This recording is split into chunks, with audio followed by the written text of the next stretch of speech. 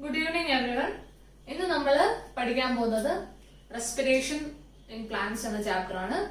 Okay, so കഴിഞ്ഞ ക്ലാസ്സിൽ നമ്മൾ ഫോട്ടോസിന്തസിസ് വൃത്തിയിൽ പഠിച്ചല്ലേ? ഞാൻ പഠിപ്പിച്ചു, നമ്മൾ പഠിച്ചതെന്ന് അറിയില്ല.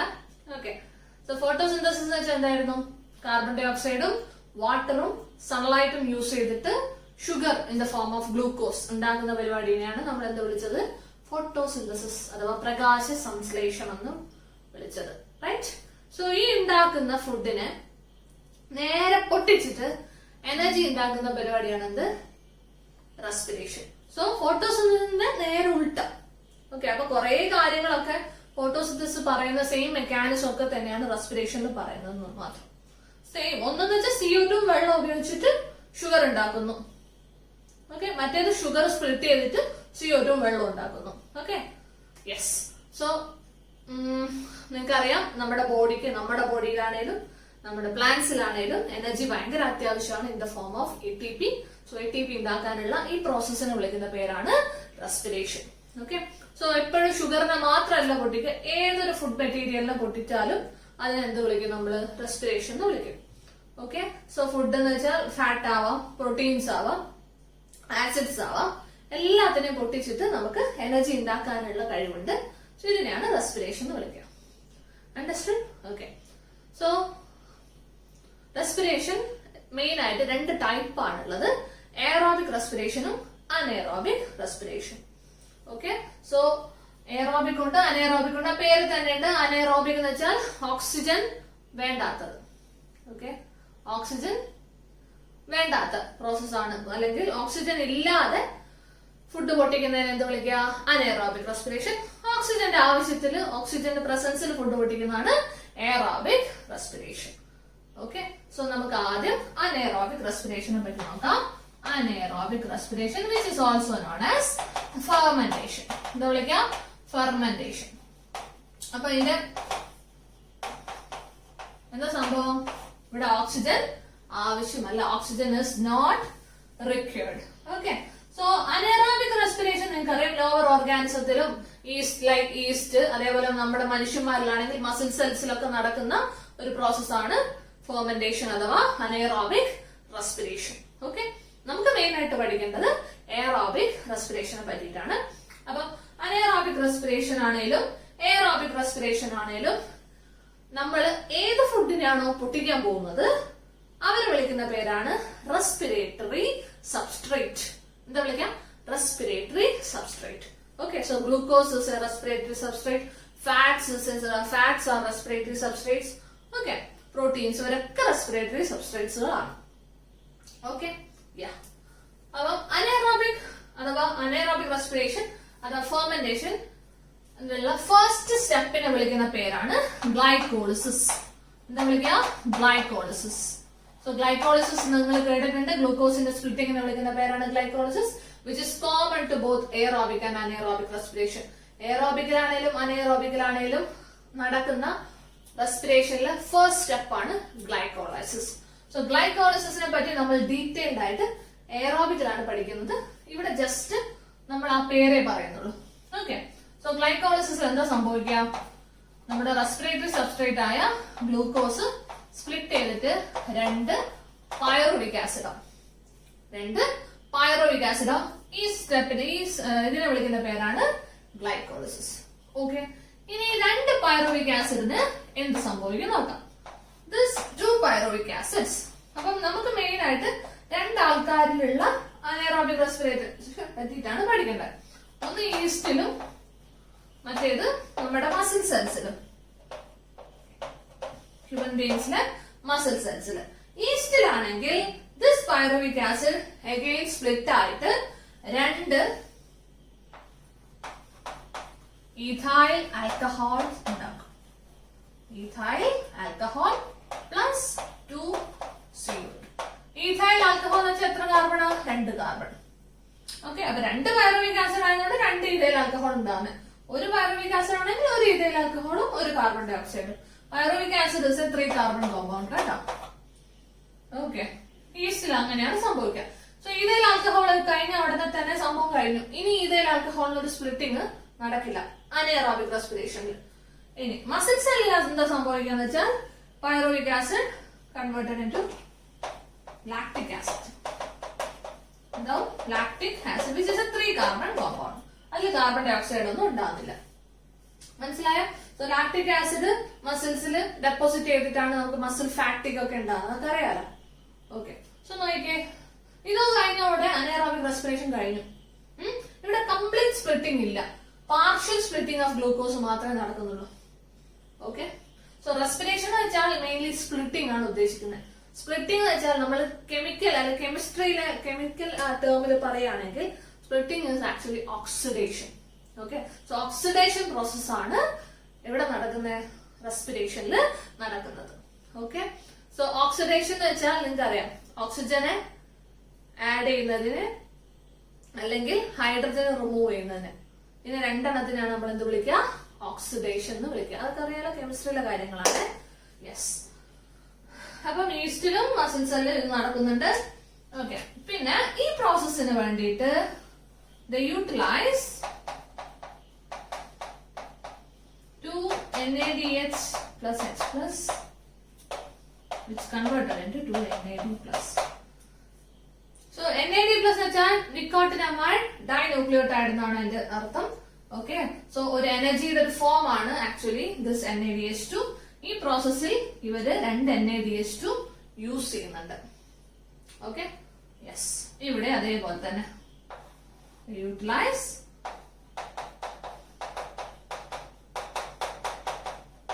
converted into, understood, 2H plus ആണ്. അപ്പൊ ഇത്രയാണ് അനേറോബിക് റെസ്പിറേഷൻ അഥവാ ഫെർമെന്റേഷൻ.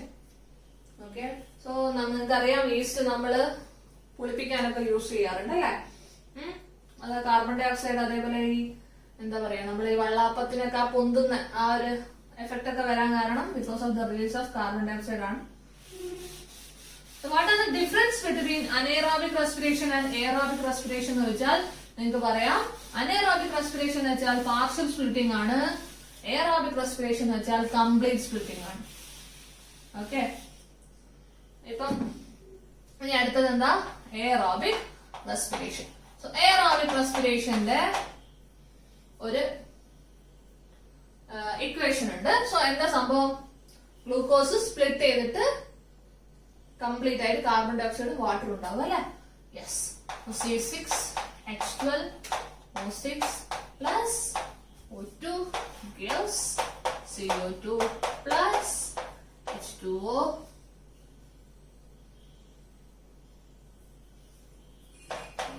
plus energy. ഓക്കെ, ഇതൊന്ന് ബാലൻസ് ചെയ്തേ. നിങ്ങള് എത്ര O2 വേണം? 6 CO2, എത്ര H2 ആണോ? 6 H2O. Okay, 6 O2.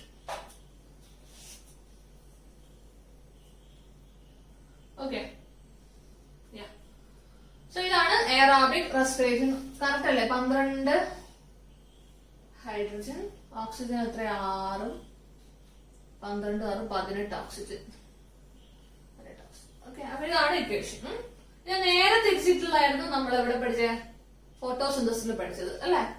ഓക്കെ, ഫോട്ടോസിന്തസിൽ എങ്ങനെ എഴുതും? CO2 plus H2O gives C6H12O6 plus O2. ഇവിടെ എനർജി വേണ്ടു സൺലൈറ്റ് ആയിട്ട് അല്ലെ? 6 CO2 plus 12 H2O gives 6 O2 plus 6 H2O. Okay, അത് കുറച്ച് ബാക്കി വെള്ളം ബാക്കി ഉണ്ടാവും, അതാണ് അവിടെ കാണിച്ചിരിക്കുന്നത്. 24, 12, 24. ഓക്കെ, ഇതായിരുന്നു ഫോട്ടോസിന്തസിന്റെ കേസ്. നേരെ കണ്ട, നേരെ തിരിച്ചിട്ടാണ് സംഭവം. ഓക്കെ, നമുക്ക് ആദ്യത്തെ സാധനം മതി. സോ കുറച്ച് ഈ ഒരു പ്രോസസ് സമയത്ത് നമുക്ക് എനർജി കിട്ടുന്നുണ്ട്. Energy in the form of എന്താ? ATP. അപ്പൊ എനർജി കൃത്യമായിട്ട് ജൂൾ എന്താ പറയാ, ഇങ്ങനെ ഒരു ഗ്ലൂക്കോസ് മോളിക്യൂൾ പൊട്ടുമ്പോൾ ഇത്ര ജൂൾ ഓഫ് എനർജി റിലീസ് ചെയ്യുന്നുണ്ടെന്നൊക്കെ ഉണ്ട്. അതൊക്കെ നമുക്ക് കുറച്ച് കഴിഞ്ഞിട്ട് പഠിക്കാം. അപ്പൊ ദാറ്റ് ഈസ് എയറോബിക് റെസ്പിറേഷൻ. അപ്പൊ എയറോബിക് റെസ്പിറേഷന്റെ steps. Okay, first step is glycolysis as usual. Which is a common. Glycolysis is common to both aerobic and anaerobic. And the second step is Ling reaction. Third step is Krebs cycle. Fourth step is electron transport system. Fifth step is oxidative phosphorylation.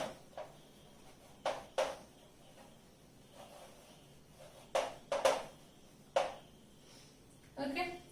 So Ling reaction also known as oxidative decarboxylation. Oxidative decarboxylation.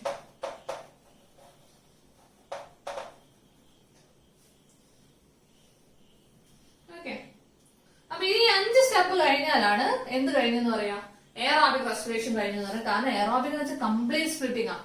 In the presence of oxygen അല്ലെ, oxygen ഉണ്ട്, complete splitting. Complete splitting എന്ന് വെച്ചാൽ ഒരു ഗ്ലൂക്കോസിനെ full CO2 water ആക്കി മാറ്റുക. നേരത്തെ full CO2 water ആക്കി മാറ്റിയായിരുന്നു, അനേറോബിക്കിൽ ഇല്ല.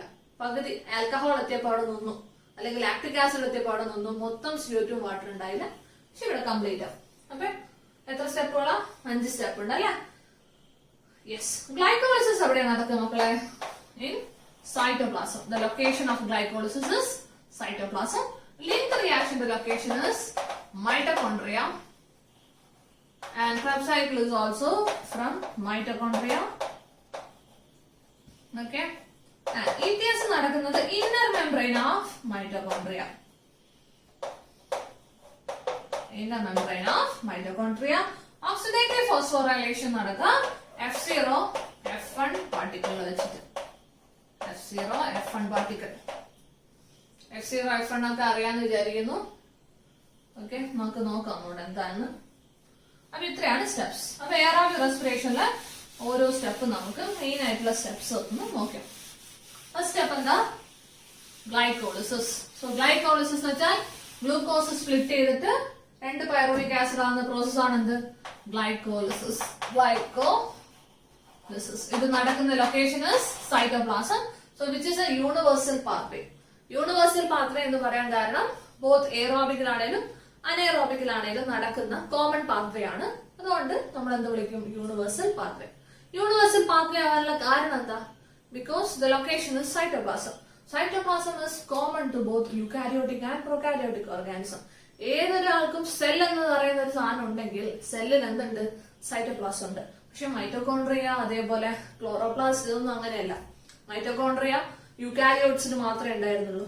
അതേപോലെ ക്ലോറോപ്ലാസ്റ്റ് ഒക്കെ പ്ലാന്റ്സിന് മാത്രമേ ഉണ്ടായിട്ടുള്ളൂ. Right?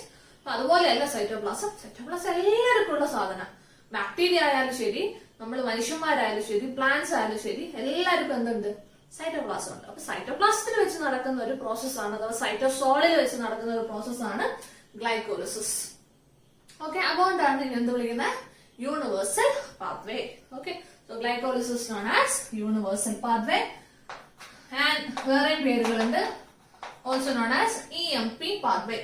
E for Embedden, M for Meyerhoff, and P for Parnas. Okay, so Embedden, Meyerhoff and Parnas. ഞാൻ എഴുതിയിട്ട് ടൈം കളയുന്നില്ല, എഴുതണോ? Embedden, Meyerhoff and ഈ 3 സയന്റിസ്റ്റുകൾ ഒരുമിച്ച് കണ്ടുപിടിച്ചുകൊണ്ടാണ് അതിനെ ആ പേര് വിളിക്കുന്നത്. ഒരു 10 സ്റ്റെപ്പ് പ്രോസസ് ആണ് എന്ത്? ഗ്ലൈക്കോളിസിസ്. എത്ര സ്റ്റെപ്പ്? 10 സ്റ്റെപ്പ്. ഓക്കെ, ലൊക്കേഷൻ എവിടെയാ? സൈറ്റോപ്ലാസം. ഈ പ്രോസസ്സിൽ എന്താ നടക്കുന്നത്? ഗ്ലൂക്കോസ് സ്പ്ലിറ്റ് ചെയ്തിട്ട് എന്തുണ്ടാവും? 2 പൈറുവിക് ആസിഡ് ഉണ്ടാവും. ഓക്കെ, അപ്പൊ നമുക്ക് നോക്കാം what are the steps in glycolysis. Okay, so first glucose. It is glucose എന്ത് ചെയ്യുന്ന വെച്ചാൽ നമ്മുടെ ATP ഇല്ലേ, അഡിനോസിൻ ട്രൈഫോസ്ഫേറ്റ് ഉള്ള ഒരു ഫോസ്ഫേറ്റിനെ കടം എടുക്കും. അപ്പൊ എന്താവും? അഡിനോസിൻ ഡൈഫോസ്ഫേറ്റ് ആവും. അപ്പൊ ഗ്ലൂക്കോസിലേക്ക് ഒരു ഫോസ്ഫേറ്റ് ആഡ് ചെയ്താൽ അതെന്താവും? ഗ്ലൂക്കോസ് 6-ഫോസ്ഫേറ്റ് ആവും. ഓക്കെ, ഈ പ്രോസസ്സിൽ ഇതാണ് ഫസ്റ്റ് സ്റ്റെപ്പ്. ഇതിൽ യൂസ് ചെയ്യുന്ന എൻസൈം ആണ് ഹെക്സോകൈനേസ്. എല്ലാ സ്റ്റെപ്പിലും എൻസൈംസ് ഉണ്ട്. എന്റെ അഭിപ്രായത്തിൽ നിങ്ങൾ എക്സോകൈനേസിനെ മാത്രം ഓർമ്മിച്ചാൽ മതി. NCERT അത് മാത്രമേ ഉള്ളൂ, അത് മാത്രമേ ചോദിക്കാറുള്ളൂ. ഓക്കെ, വളരെ റയർ ടൈംസിലൊക്കെ വേറെ ചില എൻസൈംസിനെ പറ്റി ചോദിച്ചിട്ടുണ്ടല്ലോ. നമുക്ക് നീറ്റ് മതി. Okay, glucose 6-phosphate.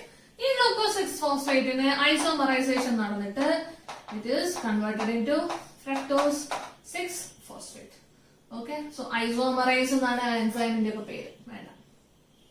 നെക്സ്റ്റ് സ്റ്റെപ്പിൽ this fructose 6-phosphate again ATP യിൽ നിന്ന് ഒരു ഫോസ്ഫേറ്റ് ഗ്രൂപ്പിനെ കടമെടുക്കും, കൺവേർട്ടഡ് ഇൻടു ADP. ഓക്കെ, അപ്പൊ ഫ്രക്ടോസ് 6-phosphateലേക്ക് ഒരു ഫോസ്ഫേറ്റും കൂടെ ചേർന്ന് എത്ര ഫോസ്ഫേറ്റ് ആയി? ഇപ്പം ഇവിടെ ഒന്ന് ചേർന്നു, ഇവിടെ രണ്ടാമത്തെ ചേർന്നു, അപ്പൊ 2 phosphate. Fructose 1,6-biphosphate. Fructose 1,6-biphosphate. Okay, this fructose 1,6-biphosphate split ചെയ്യും. Okay, split ചെയ്ത് രണ്ട് സാധനമാവും. ഒന്ന് ഡൈഹൈഡ്രോക്സി അസെറ്റോൺ ഫോസ്ഫേറ്റ്, രണ്ടാമത്തേത് 3-phosphoglyceraldehyde.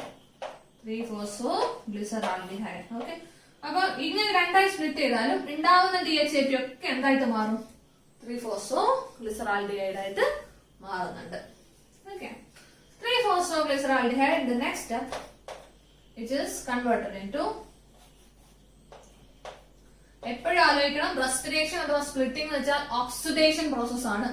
ഓക്സിഡേഷൻ എന്ന് വെച്ചാൽ അഡിഷൻ ഓഫ് ഓക്സിജൻ അല്ലെങ്കിൽ റിമൂവൽ ഓഫ് ഹൈഡ്രജൻ ആണ്.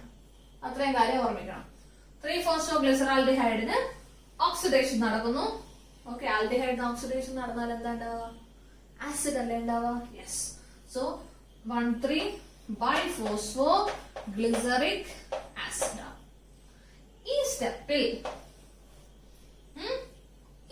അപ്പൊ ആദ്യമായിട്ട് എനർജി ഉണ്ടാക്കാൻ പോകുന്ന, ഇവിടെ നോക്കിയേ, ATP എനർജി ഫോം ആണ്. ഈ ATP എനർജി ഫോം ആണ്, റൈറ്റ്? ഈ ഇവിടെ രണ്ടിടത്തും ATPനെ യൂസ് ചെയ്ത് ATPയിലുള്ള ഫോസ്ഫേറ്റ് എടുക്കുക ചെയ്ത് ATPനെ ഉണ്ടാക്കിയിട്ടില്ല, റൈറ്റ്? അപ്പൊ നമ്മൾ ആദ്യമായിട്ട് ATPനെ അല്ല, എനർജീനെ ഉണ്ടാക്കുന്നതാണ് അടുത്ത സ്റ്റെപ്പ്. ഈ സ്റ്റെപ്പിൽ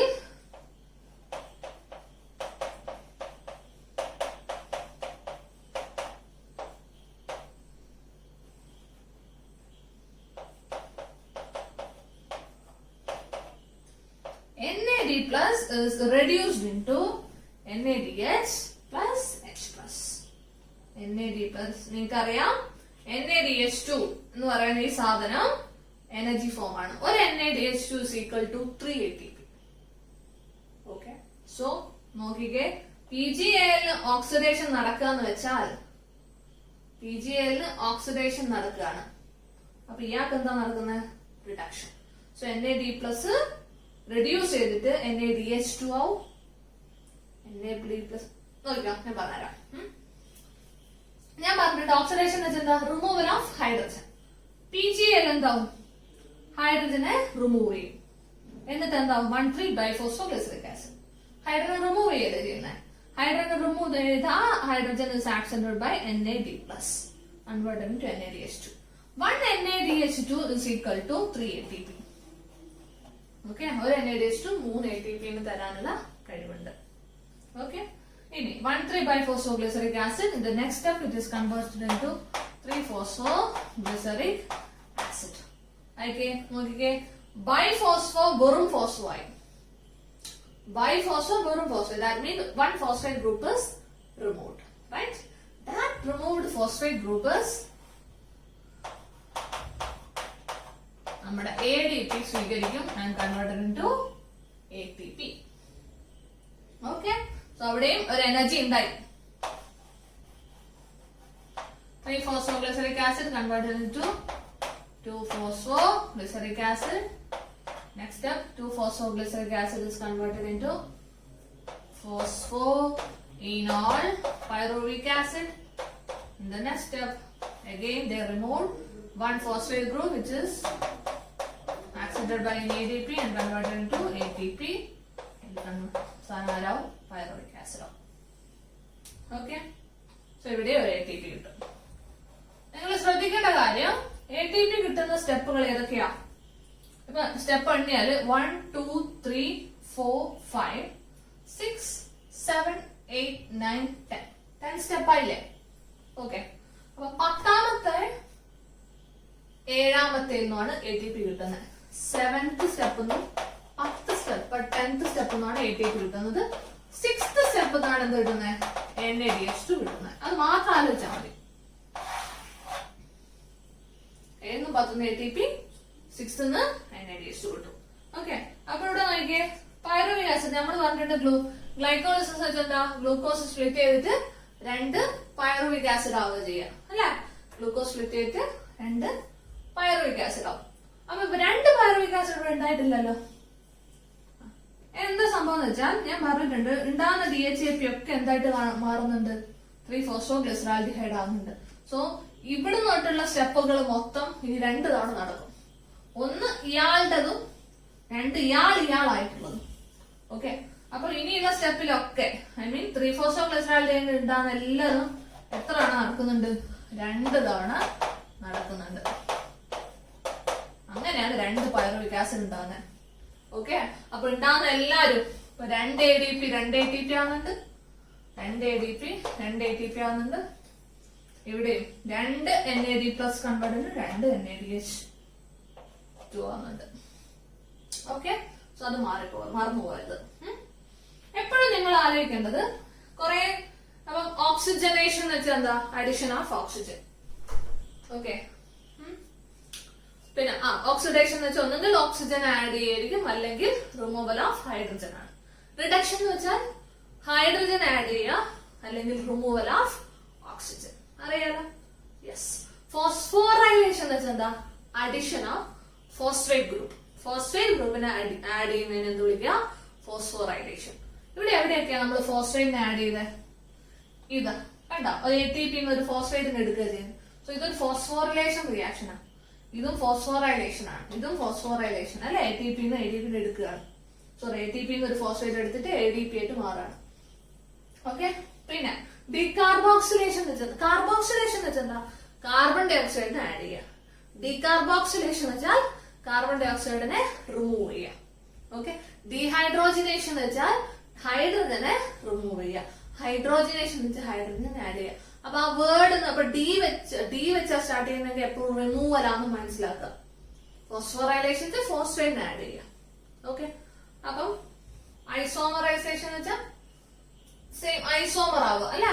ഗ്ലൂക്കോസും ഫ്രക്ടോസും ഐസോമേഴ്സ് അല്ലേ? അപ്പൊ ഇത്രയാണ് ഗ്ലൈക്കോളിസിസ്. അവസാനം 2 പൈറുവിക് ആസിഡ് ഉണ്ടായി. Pyruvic acid is 3 carbon compound. ഇവരെല്ലാവരും 3 കാർബൺ ആണ്. ഇവിടെ തൊട്ട് എല്ലാവരും എന്താണ്? 3 കാർബൺ ആണ്. ഗ്ലൂക്കോസ് 6 ആണ്, ഗ്ലൂക്കോസ് 6 ഫോസ്ഫേറ്റ് 6 ആണ്, ഫ്രക്ടോസ് 6 ഫോസ്ഫേറ്റ് 6 ആണ്, 1,6-ബൈഫോസ്ഫേറ്റ് 6 ആണ്. ബാക്കിയുള്ള എല്ലാവരും 3 കാർബൺ കോമ്പൗണ്ട് ആണ്. അപ്പൊ ഇത്രയാണ് ഗ്ലൈക്കോളിസിസ്. 7ാമത്തേലും 10ാമത്തേലും ATP ഉണ്ടാകുന്നു, 6ാമത്തേലും NADH ഉണ്ടാകുന്നു. 1 NADH2 is equal to 3 ATP. Okay. അപ്പൊ this is glycolysis.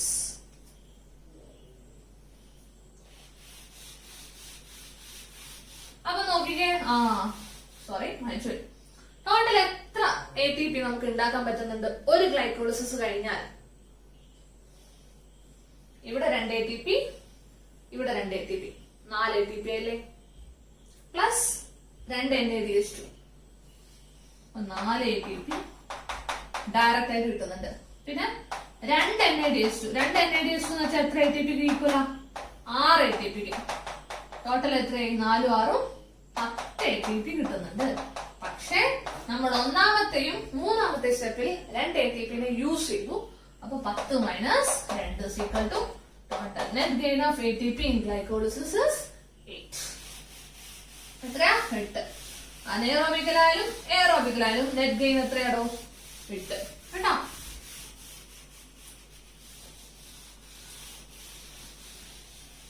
ഇനി അടുത്ത സ്റ്റെപ്പാണ് ലിങ്ക് റിയാക്ഷൻ അഥവാ oxidative decarboxylation. Oxidative decarboxylation. Okay. Oxidative decarboxylation എന്ന് വെച്ചാൽ അതൊന്ന് മനസ്സിലാക്കണം. അവിടെ ഓക്സിഡേഷനും നടക്കുന്നുണ്ട്, ഡീകാർബോക്സിലേഷനും നടക്കുന്നുണ്ട്. ഡീകാർബോക്സിലേഷൻ എന്ന് വെച്ചാൽ എന്താ meaning? Removal of carbon dye oxide. Removal of carbon dye oxide. അപ്പൊ നമുക്ക് 2 പൈറുവിക് ആസിഡ് ആയത് ഇവിടെ സ്റ്റെപ്പ് കഴിഞ്ഞോ? ഇല്ല. കഴിഞ്ഞാടോ? ഇല്ല. ഇനി എന്ത് സംഭവിക്കണം? പൈറുവിക് ആസിഡ് മൊത്തത്തിലേ സ്പ്ലിറ്റ് ചെയ്തിട്ട് മൊത്തം CO2 വാട്ടർ ആക്കണം. അപ്പൊ അതിനുള്ള അടുത്ത സ്റ്റെപ്പാണ് ലിങ്ക് റിയാക്ഷൻ. ഇത് നടക്കുന്ന സ്ഥലം മൈറ്റോകോൺഡ്രിയ. അപ്പൊ നമുക്ക് 2 പൈറുവിക് ആസിഡ് കിട്ടിയിട്ടുണ്ട്. This pyruvic acid is converted into അപ്പം ഓക്സിഡേറ്റീവ് ഡീകാർബോക്സിലേഷൻ ആണ്. ഓക്സിഡേഷൻ എന്ന് വെച്ചാൽ removal of hydrogen. That hydrogen is accepted by NAD plus and it is reduced into NADH plus H plus. ആലോചിക്കുക, ഒരു pyruvic acid ആണ്, ഒരു NAD. അപ്പൊ രണ്ടെണ്ണത്തിന് ഓക്കെ. ഓക്സിഡേഷൻ നടക്കുന്നുണ്ട്, ഡീകാർബോക്സിലേഷൻ നടക്കുന്നുണ്ട്. ഡീകാർബോക്സിലേഷൻ എന്ന് വെച്ചാൽ removal of carbon dye oxide. പിന്നെ എന്താ നടക്കുന്നത്? ഒരു കോഎൻസൈം എ ആഡ് ചെയ്യുന്നുണ്ട്. ആരാഡ് ചെയ്യുന്നത്? Coenzyme A. Okay, yes. ഈ സ്റ്റെപ്പില് യൂസ് ചെയ്യുന്ന എൻസൈമിന്റെ പേരാണ് പൈറുവേറ്റ് ഡീഹൈഡ്രോജനേസ്. എന്താ പേര്? Pyruvate dehydrogenase. ഓക്കെ, പൈറുവേറ്റ് എഴുതണ്ടല്ലോ. പൈറുവേറ്റ് ഡീഹൈഡ്രോ ഈ സ്റ്റെപ്പിൽ ലിങ്ക് റിയാക്ഷനുള്ള എൻസൈമിന്റെ പേരെന്താ? Pyruvate dehydrogen. ആ വേർഡ് തന്നെ ഉണ്ടല്ലേ, പൈറുവേറ്റ് ഡീഹൈഡ്രോജൻ. പൈറുവേറ്റ് എന്ന് വെച്ചാൽ പൈറുവിക് ആസിഡ്, ഡീഹൈഡ്രോജനേഷൻ ഹൈഡ്രജനെ റിമൂവ് ചെയ്യുന്നു. അപ്പൊ കിട്ടുന്ന സാധനത്തിന്റെ പേരെന്താ? Acetyl coenzyme A. Okay, which is a 2 carbon compound. ഇത് 3 കാർബൺ. 3 കാർബൺ ഒരു കാർബൺ ഡൈ ഓക്സൈഡ് പോയപ്പം എന്തായി? Acetyl coenzyme A, 2 carbon compound. Okay, ആലോചിക്കണേ, ഒരു പൈറുവിക് ആസിഡ് ഒരു CO2 പോകുന്നത്, 2 പൈറുവിക് ആസിഡ് ആയിട്ട് 2 CO2 ചെയ്യുന്നത്. ഓക്കെ, അപ്പൊ 3 കാർബൺ കോമ്പൗണ്ടിന് ഒരു കാർബൺ ഡൈ ഓക്സൈഡ് പോകുമ്പോൾ 2 കാർബൺ കോമ്പൗണ്ട് ആയ അസറ്റൈൽ കോഎൻസൈം എ ആയി. ഇതിന് ഉപയോഗിക്കുന്ന എൻസൈം ഏതാ? Pyruvate dehydrogenase. ഇവിടെ നമ്മൾ ഒരു മിനറലിന്റെ സഹായം മിനറൽ യൂസ് ചെയ്യാറുണ്ട്, വിച്ച് ഇസ് Mg2+. കേട്ടാ, Mg2+ ഇവിടെ റോൾ ഉണ്ട്, അത് നടക്കട്ടെ. ഓക്കെ, അങ്ങനെ അസറ്റൈൽ കോഎൻസൈം എ ഉണ്ടായി. This step is known as link reaction. Okay, മൂന്നാമത്തെ ആണെന്ത്? Krebs cycle. എവിടെയാ ലൊക്കേഷൻ? Also mitochondria. ഓക്കെ, ഇവിടെ നമ്മുടെ അസറ്റൈൽ കോഎൻസൈം എ ഉണ്ടായിട്ടുണ്ടല്ലേ. This acetyl coenzyme A is a 2 carbon compound. ആലോചിക്കാം, 2 അസറ്റൈൽ കോഎൻസൈം എയുടെ കണക്കാണ് നമുക്ക് ഇതുവരെ കിട്ടിയിരിക്കുന്നത്. ഞാൻ ഒരു അസറ്റൈൽ കോഎൻസൈം എ വെച്ചിട്ടുള്ളതാണ് ഇനി വരയ്ക്കാൻ പോകുന്നത്. ആലോചിക്കണം, ഒരു ഗ്ലൂക്കോസ് 2 പൈറുവിക് ആസിഡ് ആകുന്നതാണ്, 2 പൈറുവിക് ആസിഡ് 2 അസറ്റൈൽ കോഎൻസൈം ഉണ്ടാകുന്നത്. സോ ക്രബ്സ് സൈക്കിൾ 2 തവണ തിരിയണം. കൺഫ്യൂഷൻ അടിക്കണം, ഞാൻ പറഞ്ഞുതരാം. Okay, wait. Acetyl coenzyme 2 carbon compound ആയ acetyl coenzyme it is combines with a 4 carbon compound. It is known as oxaloacetic acid. 4 2 ചേർന്ന് ഒരു 6 കാർബൺ കോമ്പൗണ്ട് ഉണ്ട്. ആളെ പേരെന്താ? citric acid. Citric acid, which is a 6 carbon compound. So 6 carbon compound ആണ് ആദ്യമായിട്ടുണ്ടായ stable product. അതുകൊണ്ട് നമ്മൾ ഈ സൈക്കിളിന് പല പേരുകൾ വിളിക്കുന്നുണ്ട്. This is known as citric acid cycle. Krebs cycle is known as citric acid cycle അഥവാ tricarboxylic acid cycle. Tricarboxylic acid cycle എന്ന് വെച്ചാൽ ഇതില് 3 COH ഗ്രൂപ്പാണുള്ളത്, 3 കാർബോക്സിലിക് ആസിഡ് ഗ്രൂപ്പാണുള്ളത്. That's why it is known as TCA cycle. അപ്പം Krebs സൈക്കിളിന്റെ വേറെ പേരാണ് സിട്രിക് ആസിഡ് സൈക്കിൾ അല്ലെങ്കിൽ TCA cycle. Okay, ini this citric acid converted into isocitric acid. അപ്പം ഇവിടെ നടക്കുന്ന പ്രോസസ് എന്താ? ഐസോമറൈസേഷൻ. എന്താ? ഐസോസിട്രിക് ആസിഡ് ഐസോമറൈസേഷൻ ആണ് നടക്കുന്നത്. ഓക്കെ, നെക്സ്റ്റ് സ്റ്റെപ്പിൽ isocitric acid converted into alpha ketoglutaric acid. Alpha ketoglutaric acid. അപ്പൊ 6 കാർബൺ ഉള്ളത്, അതിൽ നിന്ന് ഇവിടുന്ന് ഒരു കാർബൺ ഡൈ ഓക്സൈഡ് പുറത്തോട്ടേക്ക് പോകുന്നുണ്ട്. ഓക്കെ, ഡീകാർബോക്സിലേഷൻ നടക്കുന്നുണ്ട്. വെറും ഡീകാർബോക്സിലേഷൻ ആണോ? അല്ല, ഓക്സിഡേറ്റീവ് ഡീകാർബോക്സിലേഷൻ. നമ്മളെ ലിങ്ക് റിയാക്ഷൻ തന്നെ. ഓക്കെ, നോക്കിക്കോ, അവിടെ എന്താ ഉണ്ടായിരുന്നത്? NAD+ എന്തായിട്ടുണ്ടായിരുന്നു? NADH2 ആയിട്ടില്ലേ? അതേ പരിപാടി ഇവിടെ നടക്കും. ഓക്കെ, അപ്പൊ 6 കാർബൺ ഒരു കാർബൺ പോയാൽ ഉണ്ടാകുന്ന സാധനം 5 carbon. That is the speciality of alpha ketoglutaric acid, which is the only 5 carbon compound involved in respiration. അല്ലെങ്കിൽ ക്രബ് സൈക്കിളിലുള്ള ആകെ ഒരൊറ്റൊരു 5 കാർബൺ കോമ്പൗണ്ട് നമുക്ക് പഠിക്കാനുള്ളൂ, which is none other than alpha ketoglutaric acid. Again, the same step is അത് തന്നെ നടക്കും. CO2 remove ആവും, NADH ഉണ്ടാവും from NAD+. ഓക്കെ, ഒരു കോഎൻസൈം A കൂടെ ആഡ് ചെയ്യുന്നുണ്ട്. അപ്പൊ എന്താണ് ആളെ പേരെന്താണെന്ന് അറിയോ? ഇത് succinyl coenzyme A. Succinyl coenzyme A. അപ്പൊ എത്ര കാർബൺ ആയിരിക്കും അതില്? 4 കാർബൺ. ഒന്ന് പോയില്ലേ? 4 കാർബൺ. സോ ഇതും ഒരു ഓക്സിഡേറ്റീവ് ഡീകാർബോക്സിലേഷൻ പ്രോസസ് ആണ്. Succinyl coenzyme A, in the next step it is converted into succinic acid. So also 4 carbon. ഈ സ്റ്റെപ്പിൽ ഒരു പ്രത്യേകത ഉണ്ട്.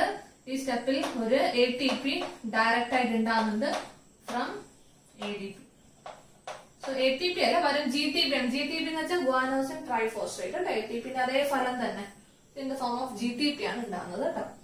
സക്സിനൈൽ കോഎൻസൈം സക്സിനിക് ആസിഡ് ആവുന്ന സമയത്താണ് അത് ഉണ്ടാകുന്നത്. The next step, succinic acid is converted into fumaric acid. Fumaric acid.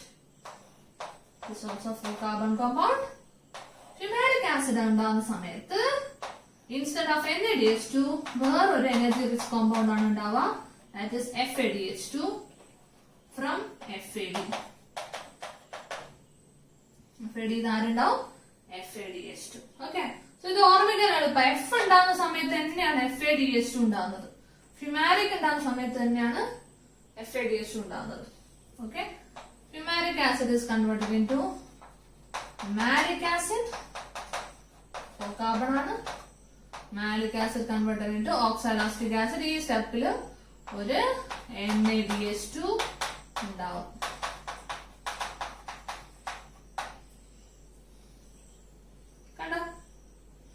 So ഈ സ്റ്റെപ്പിൽ നോക്കിയേ, നിങ്ങള് വൃത്തിയില് ഇത് മൊത്തം അറിയണം. ഇത് ഓർമ്മിക്കാൻ ഭയങ്കര എളുപ്പ. നമുക്കൊരു കോഡ് ഉണ്ട് ഇതിന്. എന്താണെന്നറിയാവോ? I know some simple formula making options. I know some simple formula making options. Citric acid, isocitric acid, alpha ketoglutaric acid, succinyl coenzyme A, succinic acid, fumaric acid, malic acid, oxaloacetic acid. I know some simple formula making options. Okay, അത് ആലോചിച്ചിട്ട് ഓർമ്മിക്കാം. അപ്പൊ അത് ആലോചിച്ചാൽ നിങ്ങൾക്ക് സാധനങ്ങളുടെ പേര് ഓർഡറിൽ കിട്ടും. Citric acid, isocitric acid, alpha ketoglutaric acid, succinyl coenzyme A, succinic acid, fumaric acid, malic acid, oxaloacetic acid. Okay, ഇനി നിങ്ങൾക്ക് ഓർമ്മിക്കേണ്ടത് ഏതൊക്കെ സംഗതികൾ എവിടെയൊക്കെ നടക്കുന്നതെന്നാ. സോ ഇതിലെ ഏറ്റവും സ്പെഷ്യാലിറ്റി ഇല്ലാതെ ഓൺലി 5 കാർബൺ കോമ്പൗണ്ട് ആരാ? ആൽഫ കീറ്റോയാ. ആൽഫ കീറ്റോയുടെ ബാക്കിലും മുന്നിലും സെയിം സ്റ്റെപ്പാണ് നടക്കുന്നത്. എന്താ same step? Oxidative decarboxylation. CO2 remove ആവുക, NADH ഉണ്ടാവുക. ഓക്കെ, ഇവിടെ കോഎൻസൈം A ഉണ്ടാകുന്നുണ്ട്. ഇവിടെ ഒരു കോഎൻസൈം ആഡ് ചെയ്ത് കൊടുക്കുന്നതിൽ ഇമ്പോർട്ടന്റ് അല്ല, ചോദിക്കാറില്ല. ഓക്കെ, പിന്നെ ഡയറക്റ്റ് GTP ഉണ്ടാകുന്ന സ്ഥലം അതോ ATP ഉണ്ടാകുന്ന സ്ഥലം സെയിം പേരുള്ള 2 സ്ഥലം എന്ന് വെച്ചാൽ സക്സിനൈൽ സക്സിനിക് ആകുന്ന സമയത്താണ് ATP ഉണ്ടാകുന്നത്. അതാലോചിക്കുക. പിന്നെ F ഉണ്ടാകുന്നിടത്ത് FADH ഉണ്ടാകുന്നു. F എവിടെ ഉണ്ടാകുന്ന? ഫ്യൂമാരിക് ആസിഡ്. അവിടെ FAD2. ഇനി ലാസ്റ്റ് സ്റ്റെപ്പില് NADH2 ഉണ്ടാവും. ഇത്രയേ ഉള്ളൂ. NADH2 എത്ര സ്റ്റെപ്പുകളിലുണ്ടാകുന്ന ടോട്ടൽ? 3 സ്റ്റെപ്പുകള് അല്ലേ? 1, 2, 3. FADH2 ഒറ്റൊരു സ്ഥലത്ത്, ATPയോ അത് ഡയറക്റ്റ് ആയിട്ട് ഒറ്റൊരു സ്ഥലത്ത്. ഓക്കെ, ഞാൻ പറഞ്ഞിട്ടുണ്ടായിരുന്നു ഒരു NADH2 is equal to 3 ATP, right? 1 FADH2 is equal to 2 ATP. 1 FADH2 is equal to 2 ATP. അപ്പൊ ഇത്രയാണ് നമ്മുടെ സംഭവം. അപ്പൊ ഈ സൈക്കിളിനെ എന്ത് വിളിക്കാം? ക്രബ്സ് സൈക്കിൾ എന്ന് വിളിക്കാം. അപ്പൊ ആലോചിക്കണം, ഇത് ഒരു തവണയാണ് നടക്കുന്നത്? അല്ല, എത്ര തവണ ചുറ്റും? 2 തവണ ചുറ്റും. കാരണം 2 അസറ്റൈൽ കോൺസൈൻമെന്റ്. അപ്പൊ എല്ലാം 2 ആക്കണം നിങ്ങൾ.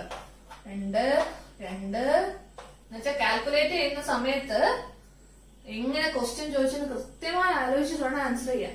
1 അസറ്റൈൽ കോൺസൈൻമെന്റ് കണക്ക് അല്ലെങ്കിൽ 1 ക്രബ്സ് സൈക്കിൾ എന്നൊക്കെ പറഞ്ഞാല് നിങ്ങൾ ഒറ്റൊന്ന് വെച്ചിട്ട് കാൽക്കുലേറ്റ് ചെയ്യണം. മനസ്സിലാകുന്ന? ഇനി ഒരു ഗ്ലൂക്കോസിന്റെ കണക്ക് വെച്ച് അവർ പറയുന്നെങ്കിൽ എപ്പോഴും 2 ആക്കിയിട്ട് കാൽക്കുലേറ്റ് ചെയ്യണം. അപ്പൊ നമുക്ക് എത്ര എനർജി നമുക്ക് കിട്ടുമെന്ന് നോക്കാം.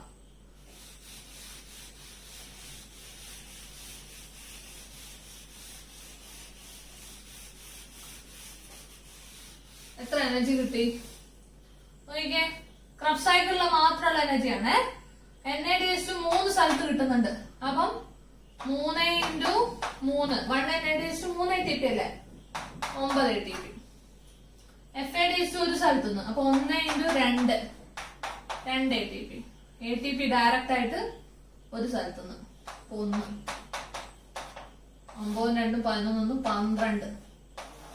ഒരു തവണ ചുറ്റുമ്പോൾ 12 ATP നിങ്ങൾക്ക് കിട്ടുന്നുണ്ട്. മനസ്സിലായോ? ഓക്കെ. ഇനി അപ്പം എത്ര ആണ് ക്രബ്സ് സൈക്കിൾ കിട്ടണം? 2 തവണ. ഒരു ഗ്ലൂക്കോസ് മോളിക്യൂളിന്റെ സ്പ്ലിറ്റിംഗ് ആണ്, നമുക്ക് 2 തവണ ക്രബ്സ് സൈക്കിൾ ചുറ്റുന്നുണ്ട്. അപ്പം ടോട്ടൽ എത്ര ATP കിട്ടും? 24 ATP. എത്രയാ? 24 ATP. ഇനി ലിങ്ക് റിയാക്ഷൻ നോക്കിയേ. ലിങ്ക് റിയാക്ഷനില് 2 NADH2 കിട്ടുന്നു അല്ലെ? അപ്പൊ അവിടെ എത്ര ATP total? 6 ATP. Link reaction കാര്യമാണ് ഞാൻ പറയുന്നത്. അപ്പൊ നമുക്കൊന്ന് കൂട്ടി നോക്കാലോ. ഗ്ലൈക്കോളിസിസിൽ എത്ര ATP നമുക്ക് കിട്ടിയത്? 8 ATP അല്ലേ? യെസ്. ലിങ്കിലോ 2 NADH2 കിട്ടുന്നത്. ഓക്കെ, ഒരു NADH2 3 ATP, 2 6 ATP. ഇനി ലാസ്റ്റിലത്തെ ക്രബ്സ് സൈക്കിളില് എത്രയാ? 24 ATP. Total 38 ATP. 38. അപ്പം ടോട്ടൽ എന്താ പറയുന്നത്? നമ്മള് അയറോബിക് റെസ്പിറേഷൻ കഴിഞ്ഞാൽ നിങ്ങൾക്ക് എത്ര നെറ്റ് ഗെയിൻ ഓഫ് ATP എത്രയാ? 38. എയറോബിക് ആണ്. ഞാൻ എയറോബിക് റെസ്പിറേഷനിലോ അനേറോബിക് റെസ്പിറേഷൻ ആകെ 2 സ്റ്റെപ്പേ ഉള്ളൂ അല്ലെ? ഒന്നാമത്തത് ഗ്ലൈക്കോളിസിസ്. അതിൽ എത്ര എണ്ണം കിട്ടും? അനേറോബിക്കിലാണെങ്കിൽ ആദ്യത്തെ സ്റ്റെപ്പ് ഗ്ലൈക്കോളിസിസ്, അതിൽ 8 എണ്ണം കിട്ടി അല്ലെ? രണ്ടാമത്തെ സ്റ്റെപ്പ് നോക്കിക്കേ നിങ്ങള്. അവിടെ എന്താ സംഭവിച്ചത്? പൈറുവിക് ആസിഡ് കൺവേർട്ടറിന്റെ ഒന്നുകിൽ ലാക്ടിക് ആസിഡ് അല്ലെങ്കിൽ ഈഥൈൽ ആൽക്കഹോൾ. ആ സ്റ്റെപ്പിൽ ഞാൻ എത്ര NADH2 യൂസ് ചെയ്യുന്നുണ്ടായിരുന്നു? ഒന്ന് നോക്കിക്കേ നോട്ട്. 2 NADH2 ഞാൻ യൂസ് ചെയ്തിട്ടുണ്ടായിരുന്നു.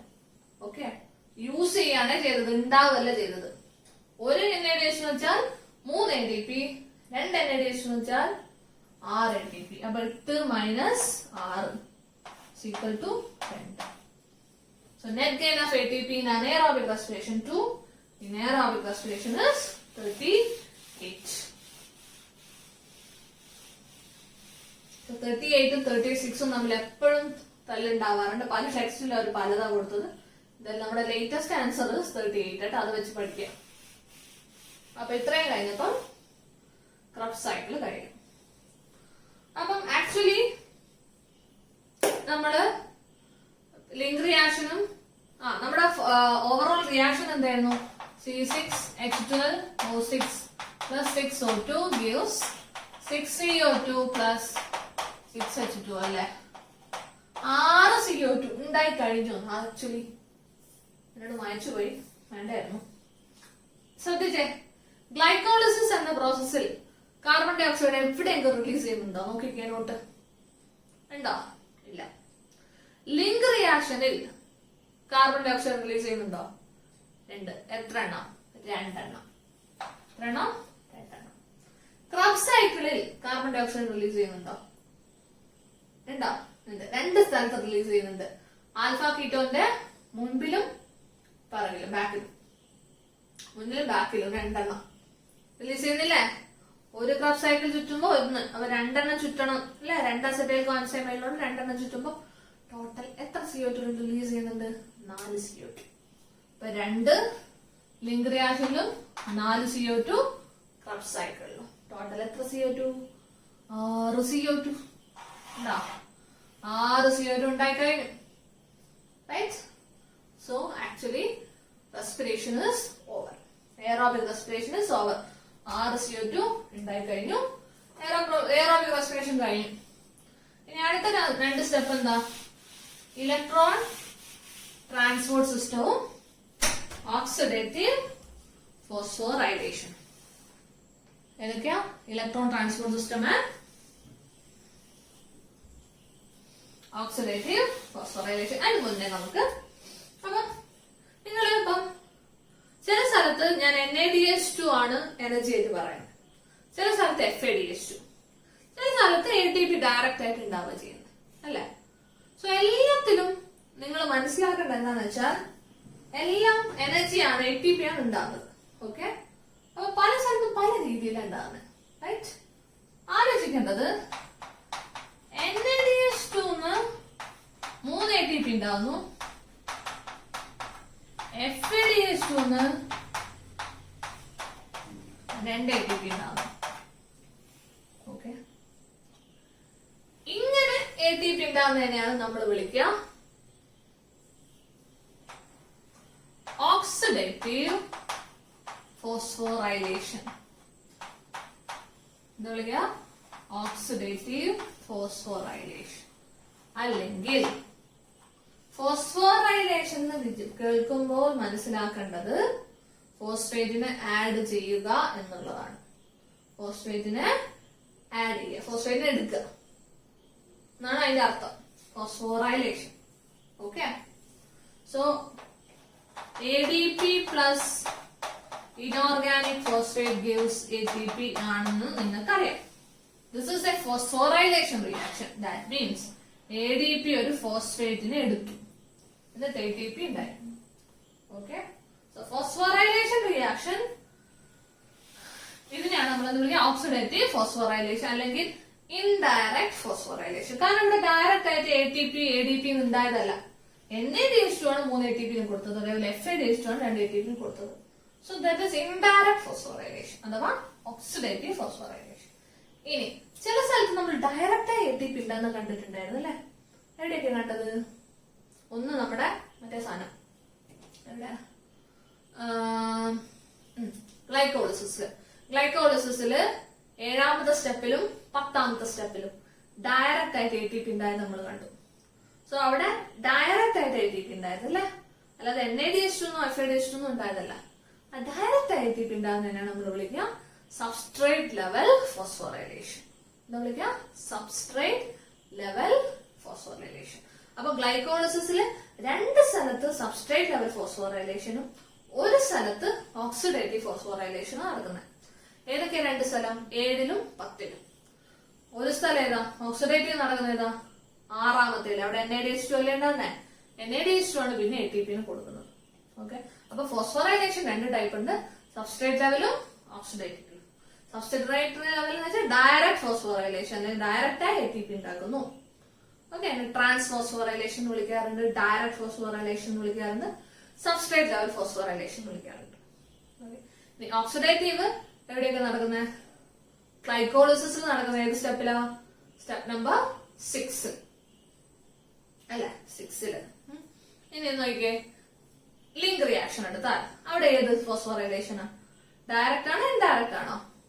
ഇൻഡയറക്റ്റ്. അവിടെ ഡയറക്റ്റ് ATP ഉണ്ടാകുന്നില്ല, NADH2 എന്നാണ് ATP ഉണ്ടാകുന്നത്. റൈറ്റ്? സോ അവിടെ ഓക്സിഡേറ്റീവ് ഫോസ്ഫോറൈലേഷൻ ആണ് നടക്കുന്നത്.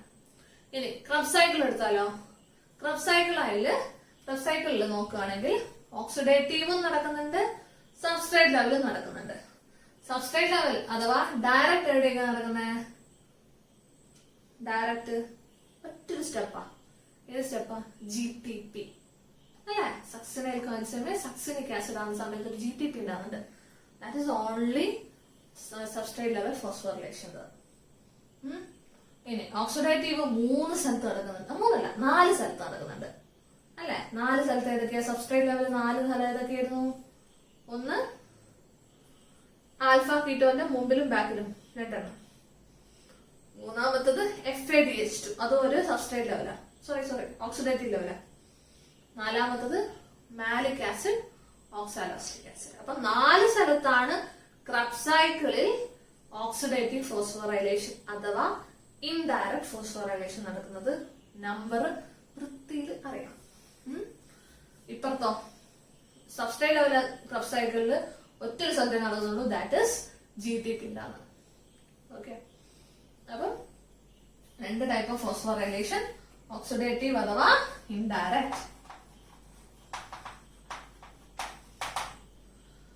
മറ്റേത് സബ്സ്ട്രേറ്റ് ലെവൽ അഥവാ